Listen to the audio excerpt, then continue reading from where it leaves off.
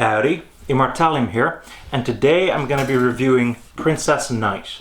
Now, you might be wondering to yourself, Immortalium, why are you reviewing Princess Knight now? Princess Knight I read many years ago. It was released many years ago in English, and also I just recently did a top 10 Osamu Tezuka video, and Princess Knight was not on it. So you might be wondering yourself, why review it now?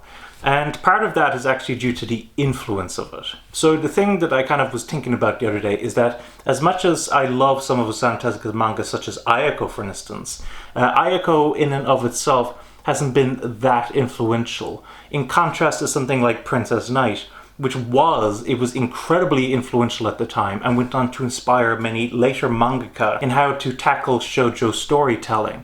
So I thought that it might be interesting to just review Princess Knight, to discuss my own thoughts on it, what I think it does right, what I think it does wrong, etc, etc. So of course the question is, as always, is Princess Knight any good? And that's what I'm going to be discussing today. So let's get started. So what is the story of Princess Knight? Princess Knight actually opens up in heaven, where we see that God, along with a bunch of angels, are giving hearts to the spirits that would become human babies. And there are two different types of hearts. There are boy hearts and there are girl hearts, and whichever heart that you are given determines your gender. However, a mischievous little angel called Tink decides to play a little joke, giving one of these beings who would go on to become human babies a boy heart, and God, not knowing that they already gotten a heart, gives them a girl heart. So this baby now has two hearts, a boy heart and a girl heart. And as you might imagine, God is very displeased with that.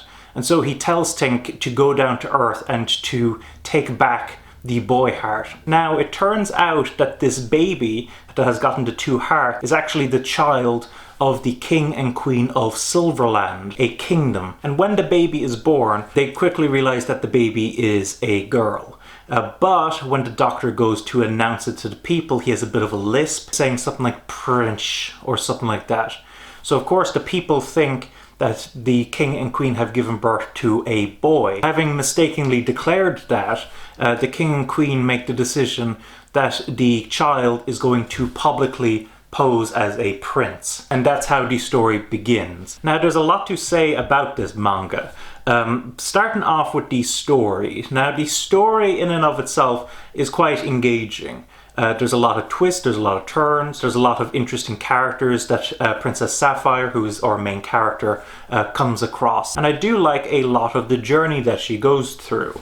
Admittedly, something that I'm not the biggest fan of is the way it's kind of split up episodically into arcs. Sometimes it just feels like she's going from one place to another, almost aimlessly. So from that perspective, I do think that the story is a little on the weaker side, but I do like a lot of the characters in this series. I think Princess Sapphire herself is quite an engaging main character, and I'll talk about more why I find her an engaging character in a moment. And I like a lot of the characters that she comes across. I think a lot of them are really cool. Now, admittedly, I don't like Tink. Tink, I think, is a little bit on the annoying side. He was part of the reason why this mess began in the first place, etc, etc.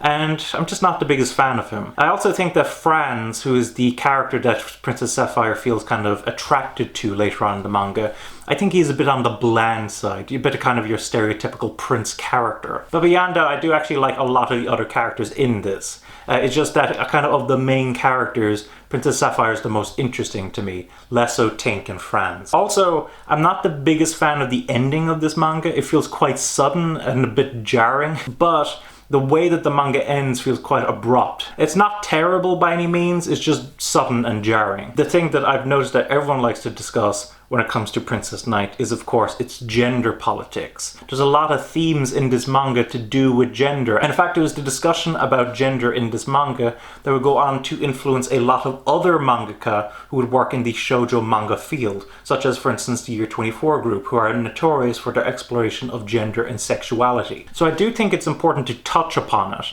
And while I don't want to go into too much detail, simply because in order to be able to discuss it, I do have to analyze a lot of scenes within it, I do kind of agree with the general consensus, which is that at the time, this was quite a progressive manga in terms of what the female characters would do, how they would tackle certain situations, etc., etc. For instance, if you compare Princess Sapphire to many of the Disney princesses at the time, she's much more active. But there are still a few problematic scenes within this manga, specifically to do with the whole heart situation. And because of that, my kind of consensus on it is that it's quite a progressive manga at the time. These days, certainly not so much. Now, with regards to the artwork here, it's important to bring up the fact that this here is actually a remake. So the original Princess Knight was actually published in the 1950s.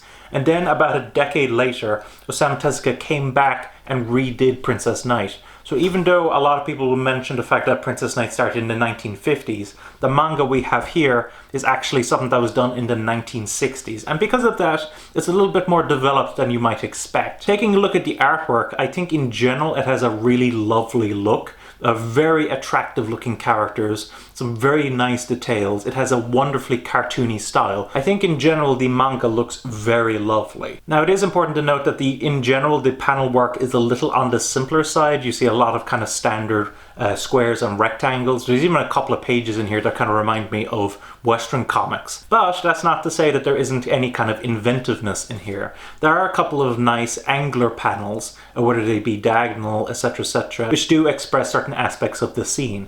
And then of course, there is the thing that I always love about some of Osamu Tezuka's manga, which is when characters actually come out of the panel. It makes them seem even bigger, even more powerful than you might expect. And you do see a little bit of that in this manga. So in general, I think this is quite a lovely looking manga.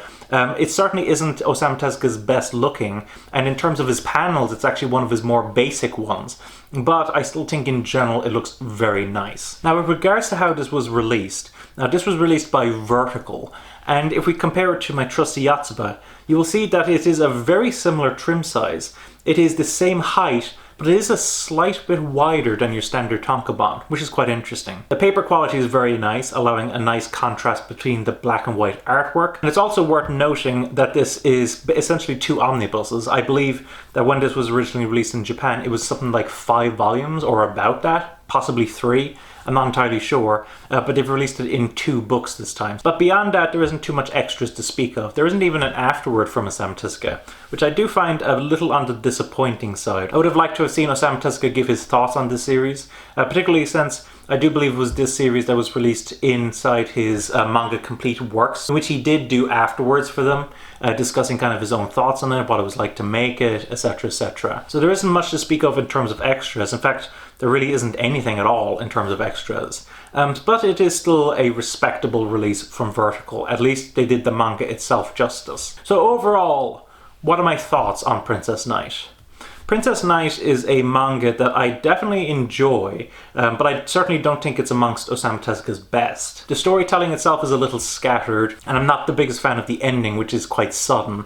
But it's still an enjoyable enough work. But more importantly, this is a very influential manga, which would go on to influence many other mangaka. And so if you are a fan of shojo manga, it is definitely worth picking this up and checking it out. It is of course also of interest to Osamu Tezuka fans, since Princess Sapphire is one of his more famous characters, and it's a particularly important entry in his catalogue. So I would definitely recommend it. So that was my review of Princess Knight. Hopefully you found the review interesting and informative. Let me know your own thoughts on Princess Knight.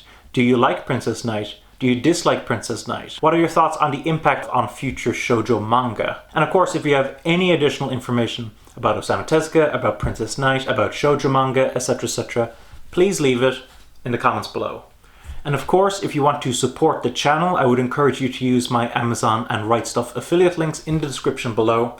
When you purchase an anime or manga through those affiliate links, not only are you supporting me, not only are you supporting the channel, you're also supporting the anime and manga industries.